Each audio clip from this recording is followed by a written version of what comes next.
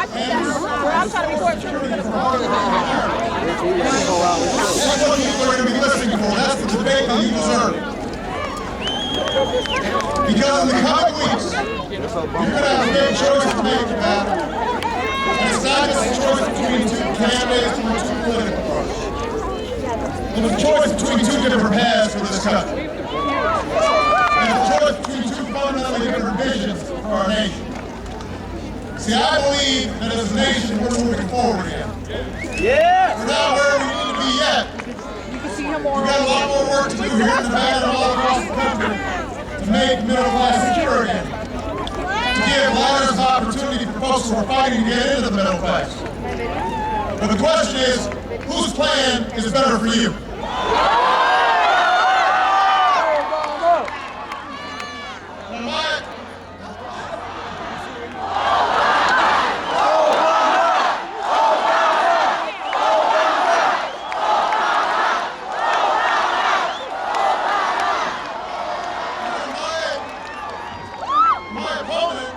My opponent's a big believer in top-down economics.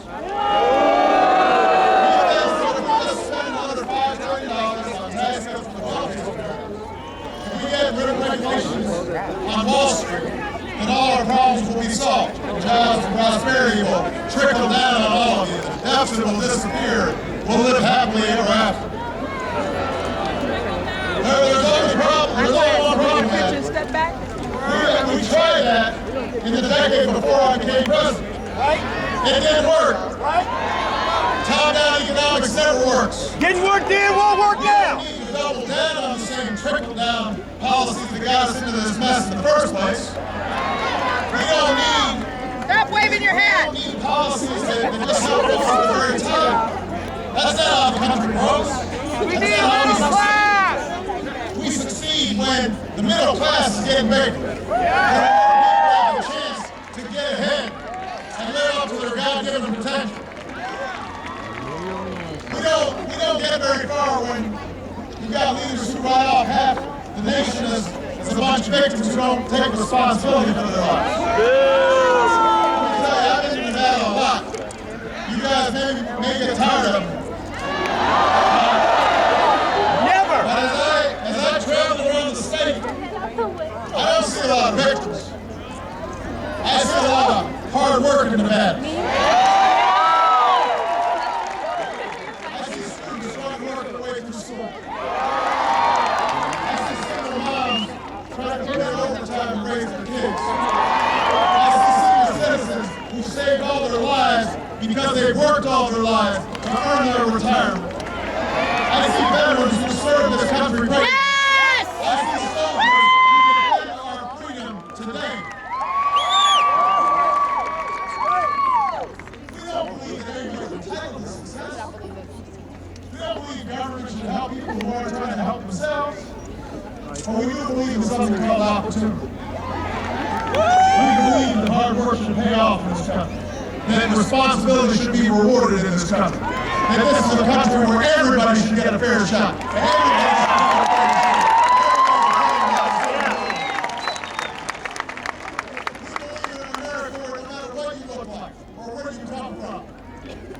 What your last name is, who you love, and you can make it if you try. That's the country I believe in. That's what I've been fighting for.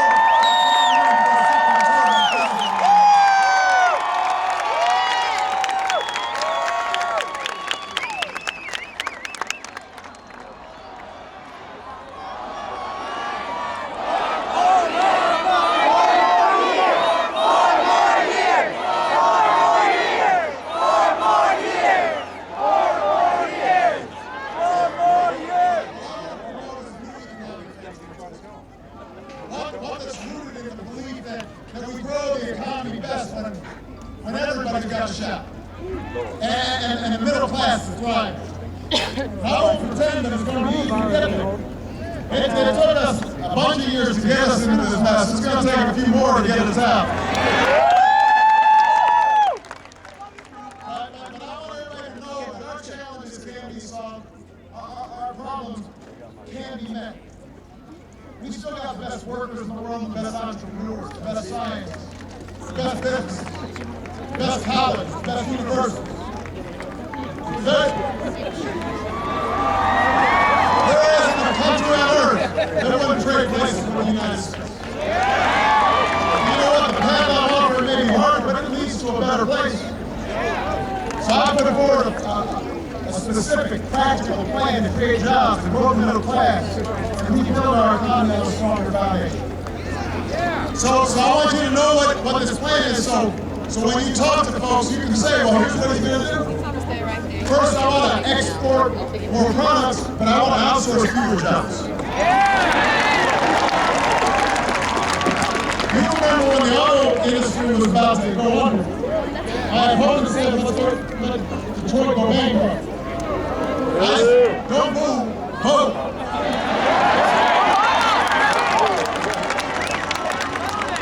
I said, let's come together and reinvent the dying auto industry. And now it's back on top of it. Yeah! More than 500,000 new manufacturing jobs. So now you've got a choice.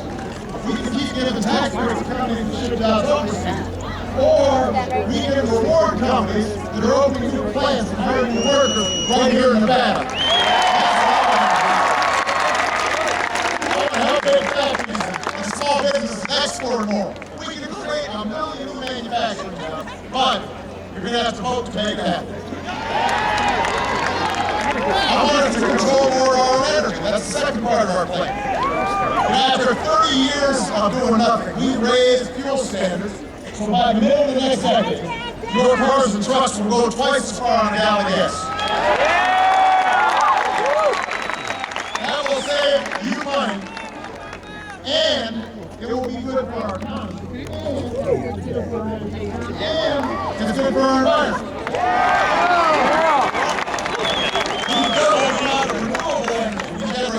Like wind and solar, right here in Nevada, and all across the country. Thousands of Americans have jobs building wind turbines and solar panels and long-lasting batteries. Today, the United States of America is less dependent on foreign oil than any time in the last 2 decades. So now you've got a choice. We can reverse this progress like Governor Romney wants to do, or we can build on it. Unlike my opponent, I'm not going to let the oil companies write our energy plan. I'm not going to let the oil companies collect $4 billion in corporate welfare from our taxpayers. We've got a better plan where we invest in wind and solar and farmers and scientists who are harnessing new biofuels to power our cars, where construction workers are building homes and factories that waste less energy. And we're investing to get out 100 years supply of natural gas. We can create hundreds of thousands of jobs here in Nevada and all across the country, and cut our oil imports in half by 2020. That's my plan. And you gotta vote. I want to give more Americans the chance to get a great education and get the skills they need. That's the third part of my plan. Education is the only reason I'm standing here today. Son of a single mom. It's the only reason Michelle got a chance. And so now the question is, are we going to give that opportunity to everybody? Right now there are millions of students who are paying less for college because we took away billions of dollars that were going to banks, and we said, let's give them directly to students.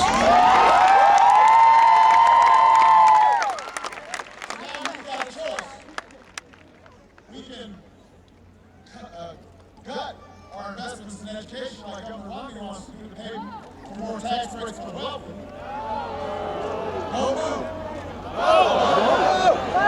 Or we can decide here in Nevada and here in the United States of America, no child should have reprieve deferred because of overcrowded classrooms. No family should set aside a college acceptance letter because they don't have the money. No company should have to look to some other country because they can't find the workers they need with the right skills here. So with that, I need you to help me recruit 100,000 new math and science teachers, improve our early education system, create 2 million more slots in the community colleges so workers can get trained for the new jobs that are out there right now. Help us work with colleges and universities to keep tuition down. That's a goal we can meet together. You can choose that future for America, but if you're going to do that, what do you need to do? Number 4, I want to reduce our deficit without sticking it to the middle class and working class families. Woo! And my plan would do just that. And I've already worked with Republicans and Democrats to cut spending by $1 trillion. I'm willing to do a little bit more. I want to reform our tax code so it's simple and it's fair. But I also want to ask the wealthiest households in America to pay slightly higher taxes. That's the same rate we had when Bill Clinton was president. We created 23 million new jobs, the biggest surplus in history, and a whole lot of millionaires to boot.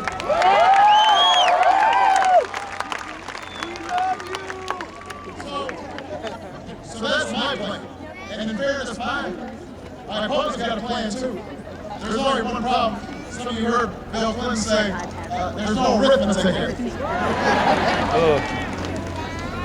They think that somehow you can lower our deficits by spending another $5 trillion on new tax breaks for the wealthy. But no matter how many times they try to reboot their campaign and try to explain it, they can't. They can't explain how you spend $5 trillion on tax cuts for the wealthy without raising taxes on middle class families. How do you spend $2 trillion on new military spending that our military hasn't asked for and cut our deficit? You can't do it. The math doesn't add up. So Governor Romney said he thought it was fair for somebody making $20 million a year like him to pay a lower tax rate than a cop or a teacher, or somebody working over at one of the casinos who's making $50,000. Now, I don't think that's fair. I don't think that's how we grow our economy. I refuse to ask middle class families to give up the deductions they have for owning a home or raising their kids just so me or Governor Romney get a tax break. Right. Or take kids on a Head Start, or eliminate health insurance for millions of poor, or elderly, or disabled Americans just so millionaires and billionaires can get a tax break.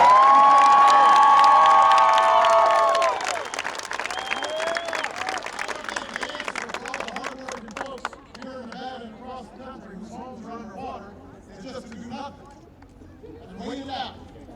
That was Governor Romney's advice. Just let the whole housing market bomb out. Well, you know what? In my administration, we've already helped more than 1 million responsible homeowners refinance their mortgages. I'm ready to make sure that everybody, more people like them who are responsible, who've been paying and making their mortgage payments, that they have a chance to refinance and save up to $3,000 a year. And by the way, I'm never going to turn Medicare into a basketball. You've been working all your life, and now you're about to retire. You shouldn't have to spend your golden years at the mercy of an insurance company. We're going to reform and strengthen Medicare for the long haul the right way by reducing the cost of health care, not by shifting it on seniors. We are going to keep the promise of Social Security. We're not going to turn it over to Wall Street. And just like we're doing work here at home, we're going to continue to do work abroad. Now, 4 years ago, I said I didn't want to run. I did. I said I wanted to run down the war in Afghanistan. We are. While the new tower rises above the New York skyline, Al-Qaeda is on the path to defeat Osama bin Laden is dead.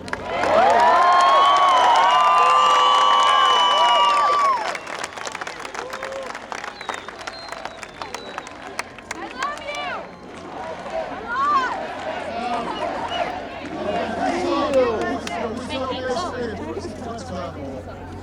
That's why so long as I'm Commander-in-Chief, we will make sure we always have the strongest military forces in the world.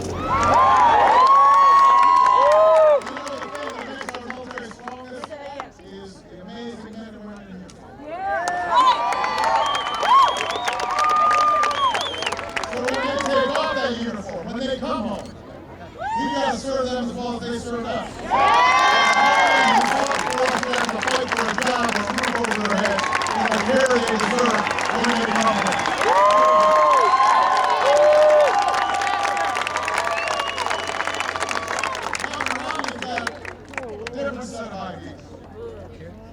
He thinks the way I ended the war in Iraq is tragic. He won't tell us how he led the war in Afghanistan. We don't know. And I'm going to use the money we're no longer spending on war to do some nation building here at home. Putting Americans back to work. That's part of what makes America strong.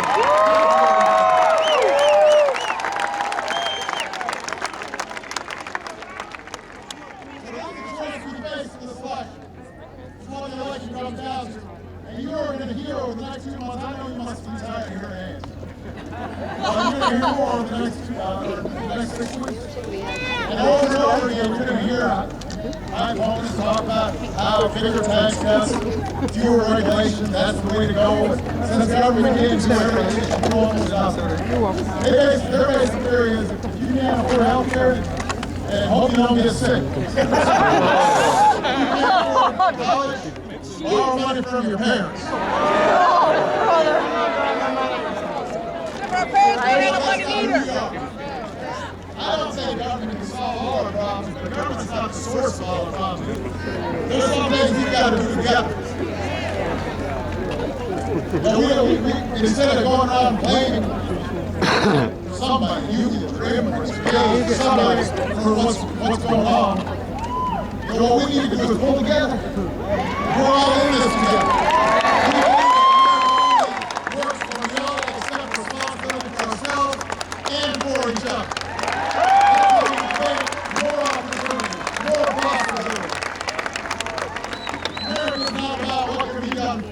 It's about what can be done by us together as one people. And that's what you understood back in 2003. You're the reason seniors across the battle are averaging nearly $600 less on their medicines because of health care reform. You did that. You're the reason that students, thousands of students at UNLV and schools across the state have more help paying for college. You made that happen. You're the reason why 2 grandparents in Reno could refinance their mortgage and keep their piece of the American dream. You're the reason why a young immigrant who grew up here and went to school here and pledged allegiance to our flag will no longer be deported from the only country.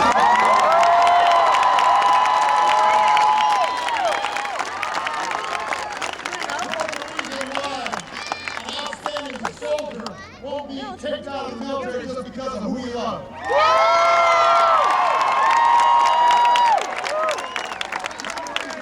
Thousands of families have been able to save loved ones who served us so bravely. Welcome home.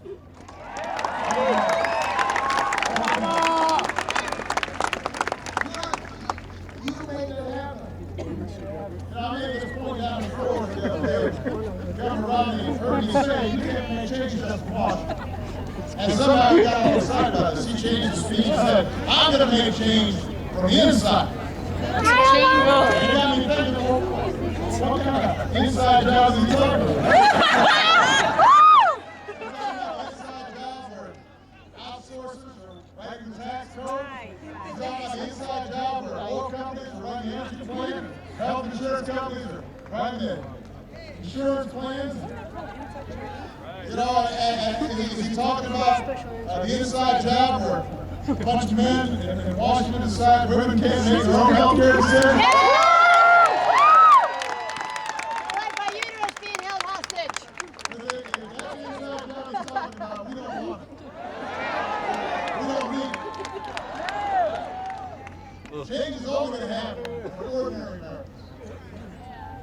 Working together with their elected representatives, make all our voices heard. That's how change happens. So the question then is, how